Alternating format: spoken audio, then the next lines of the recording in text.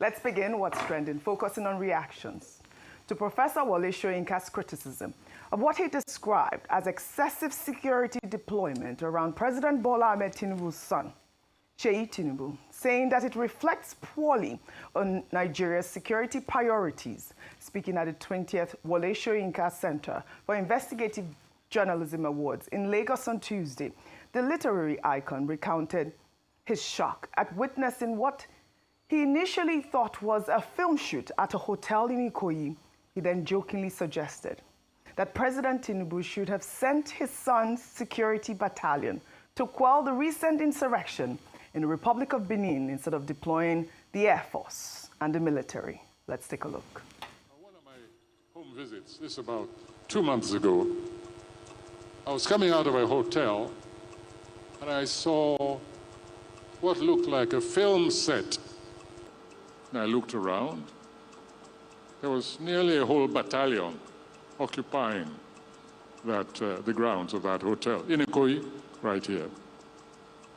So I got back in my car and I asked the driver who that young man was. And he told me. And I saw this SWAT team, a mixture. They were at least heavily armed, at least some 15 or so heavily armed to the teeth security personnel. Looked sufficient to take over a small country, neighboring city like Benin. And I think the next time the president should just call and say, Seyi, go and quell the rebellion over there. Later on, I did some investigative journalism and I inquired, and I found that apparently this is how this young man goes around with his battalion, these heavy-armed soldiers. Of course, the road was cleared before his car went out. I stayed until it seemed he was leaving. So next time there's an insurrection, I think the president should just call that young man and say, go and put down those stupid people there. You have enough troops under your command, so don't bother me with all these security issues any longer. Let's not overdo things. Well, this is a bold statement from Nigeria's most revered public intellectual, calling out what many see, but fewer dare to criticize openly. And I'll take George's tweet on X. He wrote, Professor Soyinka's point cuts deeper than the humor in his remarks. When a nation's security architecture is stretched thin, prioritizing the protection of one individual over millions of citizens is a red flag. Nigeria is battling insecurity across several regions, yet we see battalion-level security guarding a private citizen with no constitutional role. This isn't about politics. It's about accountability, resource allocation, and respect for public institutions. Leaders' children are not elected officials. They should not command more armed protection than communities under siege. This culture of entitlement weakens morale, drains capacity, and erodes trust. If we want a secure nation, security must serve the people, not the privileged few. And Dr. Vasi, I'm sure you did see, and you have seen Seyi Tinubu's convoy. I mean, like this ex-user alluded to, it's, you know, like a battalion. And of course, Professor Wole Soyinka said he was shocked. He thought he was in a movie set when he saw one of Seyi Tinubu's convoy. And now we are hearing that we need more boots on ground. I'm sure this whole week, that's what you've said on this table. Okay. Let me quote Professor Wole Soyinka directly. He said, let's not overdo things. Yes. He said, children are not potentates. They are not rulers. They should know their place. I think, you know, everyone should commit that to memory. So the Nobel laureate is right to have been terribly shocked that the son of the president would have such a large convoy, what he calls a battalion. A battalion will be, you know, a company of soldiers and maybe other officials. There is no office called the first son of Nigeria. There is no office in our constitution called the first daughter of the Federal Republic of Nigeria. I've had certain anomalous, nomenclatures of that nature. So such positions do not exist. And that's why Professor Soyinka is saying, let us not overdo things. Now, when you place his comment against the background of the fact that there has been an instruction from the president and the IG, Inspector General of Police, that VIP protection should be withdrawn, that those who are protecting VIPs should be civil defense officers. Now, in this particular case, this battalion, were they civil defense officers or were they soldiers and policemen? And you can also ask the question, what makes the son of the president a very important personality? Or makes the... Is the Ogo Eko? Tinubu? No, when you look at the protocol list, the son of the president is not a very... What are you not a very important personality. Didn't he stay ahead of ministers in the protocol list in that Arab country that we went condemned to? It. We condemned it. Ogo Eko? No, we condemned it when it happened. And it has not happened since then. When he was attending council meetings, even his own father said, no, don't sit in council. So now, in this instance, Professor Wole Soyinka has helped to draw the attention of the president to what is clearly an abuse. And he says, look, children should not be overindulged. They should not have a sense of entitlement. Our message is that the president should take special notice of this message from President Bola Ahmed Tinubu and realize that he, having directed... The message from Wole Soyinka. From Professor Wole Soyinka. Yeah, from Professor Wole Soyinka. He should then realize that he, having directed that VIP protection is off the books because we need these soldiers to do their legitimate work. We need the policemen to do their legitimate work. Then his own son should not be seen to be going about with soldiers and policemen. He's not a VIP under the protocol list. If he needs protection, they should provide civil defense that they say can be available. He can hire private guards. There are private companies that are out there. Some of the private companies are licensed. No, some. Yes. Some private companies. Yes. They're licensed to carry guns. In Nigeria. Show me the private where they will carry baton. Mention. They will carry baton. Private company licensed to carry guns. They will have relationship with the security agencies, but the president should lead by example and heed the advice of President Wole Soyinka. Dr. Vati, you will tell us who the VIPs are, since the president's son is not considered a VIP. If I come to you, it's not a government official. It's a VVIP. No, it's not very VIP. important. No, it's not a government official. Very important. You are correct. He's not a VIP. He's not a VIP. He's Hold on, wait. I want to come to Rufai on this one. Meanwhile, I have a question on that. On that as well. That's why I asked him. I want to know who the VIPs are. Well, meanwhile, the Nigeria Police Force announced over the weekend that they deployed a special team to make sure that President Bola Ahmed Tinubu's order of prohibiting police personnel for VIPs is adhered to. Police spokesperson Benjamin Hundeyin, in a post on X, revealed that the team has commenced a statewide monitoring operation across Lagos and assured members of the public that the Nigeria Police Force will continue to enforce this policy nationwide without fear or favor. Now, they have more police personnel trying to stop police VIPs. So who are this special team that have now been deployed? How many are they? I mean, what really is going on? Rufai, I know you want to tell us who these VVIPs are, but now we also have a team to stop the VIP protocol. You can see the mockery of Nigeria.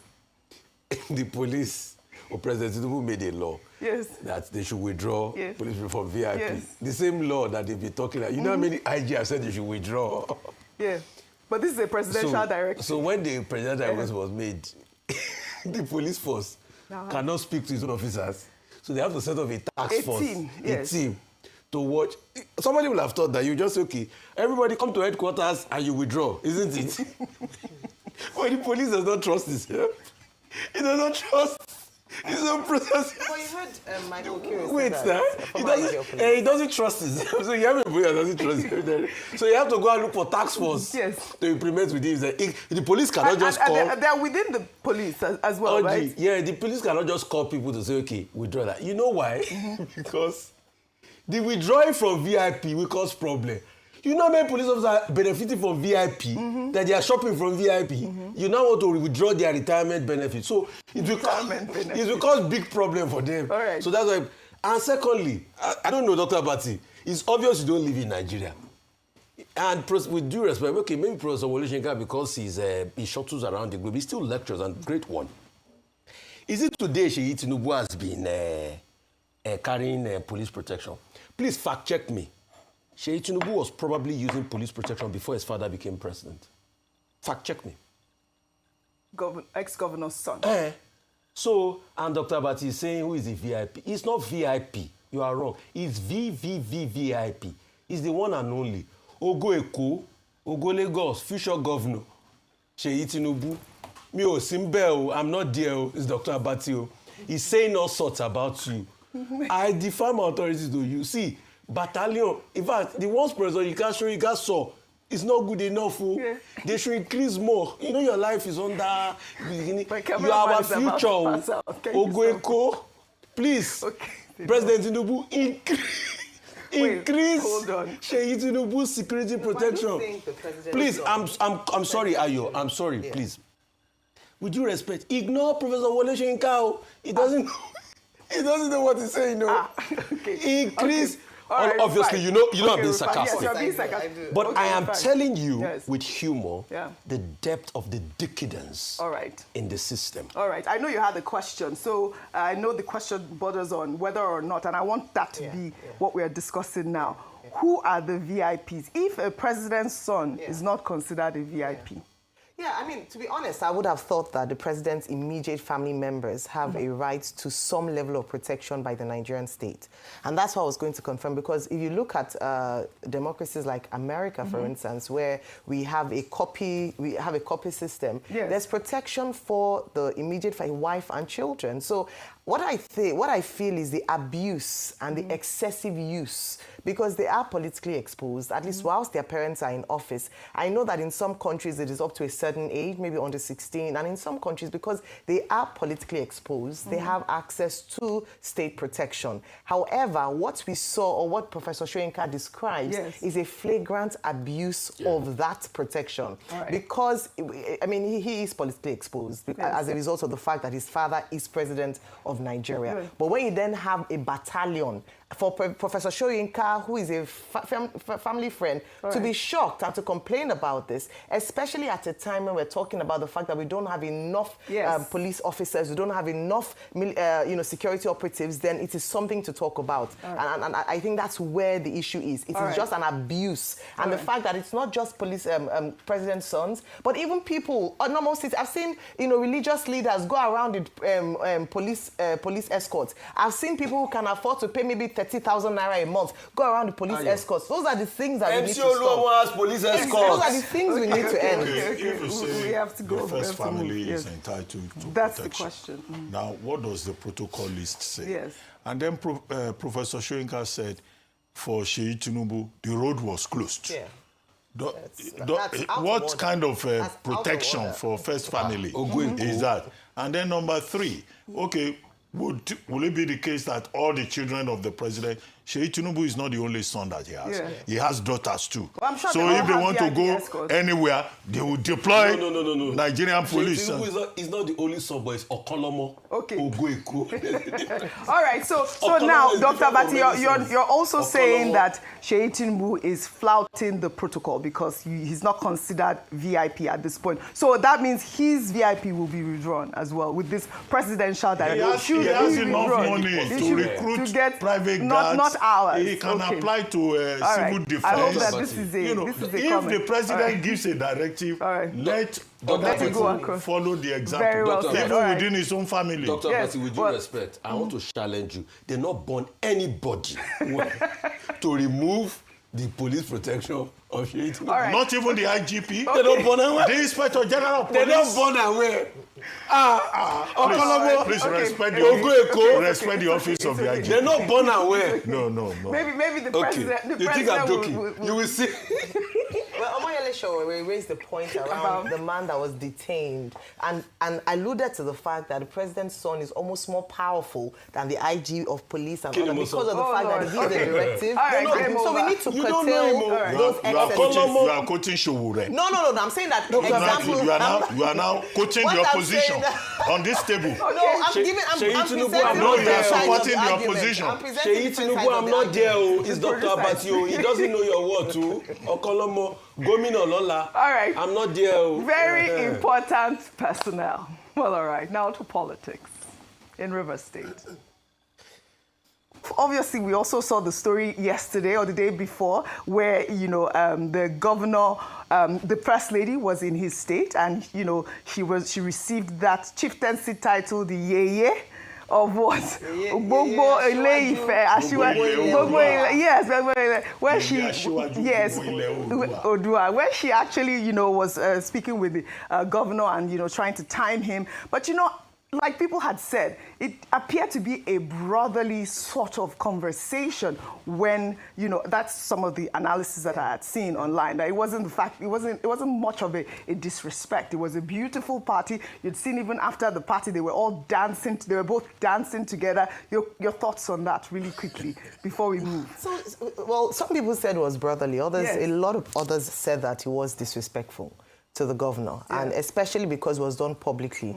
And this is what we say, that you can be a wife or a friend in private. Yeah. When it comes to state events and where you have to follow protocol, he is the property of the state at that time. And I believe that the proper respect ought to have been accorded to him. The next day she came out to wish his wife a happy 60th birthday to show that they are friends. But I think that the presidency and the family do not need negative press at this time. And so maybe it's just an opportunity to be aware of the fact that you are in public. You can have private discussions and private banter. But when it comes to that office, you have to respect the office. It's not about the man. I disagree. I saw the video. There was nothing brotherly or sisterly about that behavior.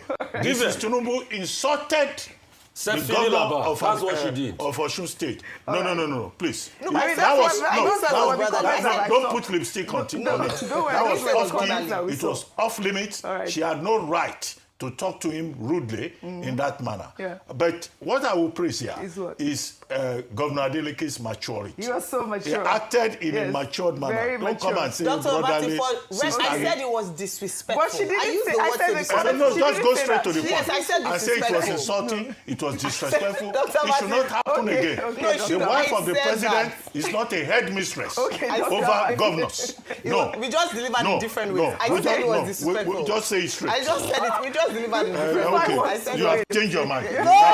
No, Dr. Abati, you can rewind it. I said it was disrespectful. I said you can have a It was private disrespectful, relationship. it was rude, it was You can have a insulting. private It should relationship, not happen but again. in public, It that is wasn't the Ayo that office of the said that. I governor. said Yes, I have I seen said some it. comments that said people yes. said it's a brotherly Don't thing. You modify have it. seen Don't no, modify you it. have seen the videos of them dancing right after that actual incident occurred. They were dancing, hugging each Adeleke other. was very They are mature. very good friends at this Maturity. point. Well, all right. What would we say? Congratulations to Governor Ademola Adeleke. We'll take another story now. Islamic cleric Sheikh Ahmad Gumi has doubled down on earlier comments about kidnapping children being a lesser evil than murder. Gumi made the comment in a new BBC interview, adding that Nigeria must negotiate with terrorists to prevent more deaths. Let's take a look. Part of it is correct and part of it is wrong. Saying that kidnapping children is a lesser evil than killing soldiers definitely is lesser. Killing is worse than, but they're all evil. It's just a lesser evil. Not all evils are of the same parallel. So it's a lesser evil than, like what happened in Kebbi. They abducted children and they were released. They didn't kill them.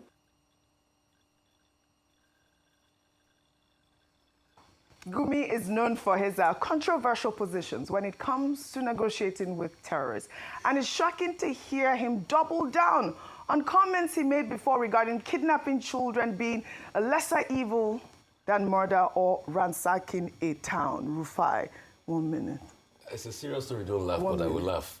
Kábíyèsí Gumi o. Kádé ó pẹ́ lẹ́sẹ̀, kí kádé ó pẹ́ lórí, kí bàtà pẹ́ lẹ́sẹ̀. Kábíyèsí Gumi. I'm sorry, you see the hypocrisy in this country. It has now become a country where people are telling us that kidnapping children is a lesser evil than that we should negotiate with bandits. If Nnamdi Kanu says this one now, they will send him life imprisonment.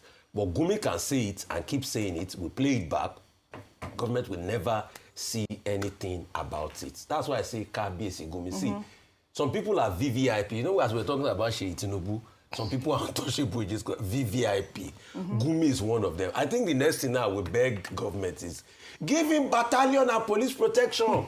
So that he'll be carrying everywhere and everything. I mean, maybe if he doesn't even have protection already. All right. Because you see, the level of hypocrisy that goes on in this country is overwhelming. Yes. Please, can you please tell me the difference between what Gumi has said and all the atrocities that they put against Nnamdi Kanu? Yeah, he incited violence. Saying people should negotiate with people that have said killed no country can Is it? Cure terrorism. No country can cure terrorism. Like, oh, Nigeria cannot I'm sorry. even, With due respect, people. There are so many countries that don't have as many terrorists as we do. There used to be the Revolutionary Armed Forces of Colombia. They cured that level of terrorism. Yes. Peru, if you read Hernando de Soto's book, The Shining Path Rebels, Peru cured it. All right. Hernando de Soto wrote about it a lot. So countries do overcome the mystery of capital. The mystery of capital. Overcome so they overcome it. So Mandodos. Gumi should stop. And that's why I say it's Kábíyèsí. We should just enthrone him, Kábíyèsí. And I told you the other day, even in this interview, he did say that he goes into the forest with government officials. He doubled down. So he has police protection already? He has people negotiating with government officials in the forest. Well, all right. No, one question. Yes. Maybe Ayo can answer it. Yes. He says that even in the Bible and the Quran, Yes. that the Bible and the Quran recommend negotiation with terrorists. No, not at all. Please, what part of the Bible? I don't know. Definitely not speaking for the Bible. We don't. No negotiation with terrorists. None at all. And this is the stance that the Senate is pushing now. We should not be negotiating. And this is misinformation, disinformation, and it is very dangerous. Because it Are has you sure Gumi influence. doesn't know the Bible more than you? I'm sure he does at this point. All right. No, Are you sure? Check your verse very well. It's very dangerous The pastor has narrative. spoken. And he's influential, and there are some ignorant people that will be following him. It's false. All right. And It's the totally government false. has not done. They've not even invited him. So is Kábíyèsí Gumi VVIP? And we keep talking about the same story. And he says kidnapping is a lesser evil. That's the main So, topic. which means kidnapping is good. It's good. Actually, this is very inflammatory. Please. Because once you've kidnapped a child, Yes. that person is scarred for life. Yes. Wait. So there's no... That person It's not is the scarred Kanu for life. it's not What a Gumi. That country. child This is scarred kidnapping for is a lesser It's life. Nnamdi Kanu. They can quickly let him on. It's Well, not all right. Gumi. Applaudissez for Gumi. Let's These are not the be sort of ourselves. rhetorics that we need in our nation. Now under milestones.